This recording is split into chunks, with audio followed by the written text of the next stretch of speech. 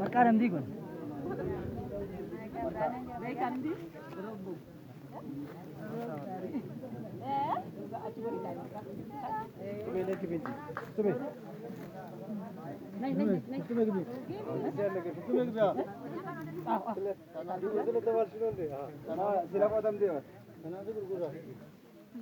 Isin kun maali isin?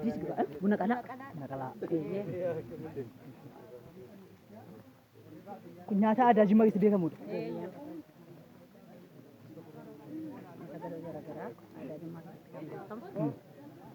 Kan yeroo kana boqqolloo isheetirraa namni maraa qofa tafa amma daatiif maraa qofa tafa kana keessa jechuudha.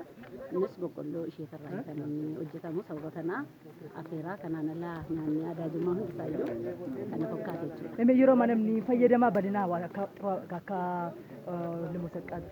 Baay'een fayyadaman sababni isaa fakkeenyaaf amma buna qalaa aadaadhaan ol qabsiisanii amantaadhaan ol qabsiisanii balleessaniiru. Akkasumas harkisoon inni kun badeera. Inni kun immoo xaafii diimaarraa kan hojjetamu xaafii diimaa immoo dhangaggeessanii tursiisaniiti. Isas namni akka aadaatti badaa fayyadamaa jiru jechuudha. Aadaa kana deebisuudhaaf sarraasaa fayyadamuu fi warreen kana keessaa kan jarri yeroo baay'ee fayyadaman marqaa boqqolloo baaduudhaani cuubaadha. Qixxaa fi raafuu irra caalaa aadaa keessaa kan hin banne jara kanaa jirru kun garuu gara baduutti jala waan deemaa jiranuuf carraadhuma kanatti guddaa galatoomaa.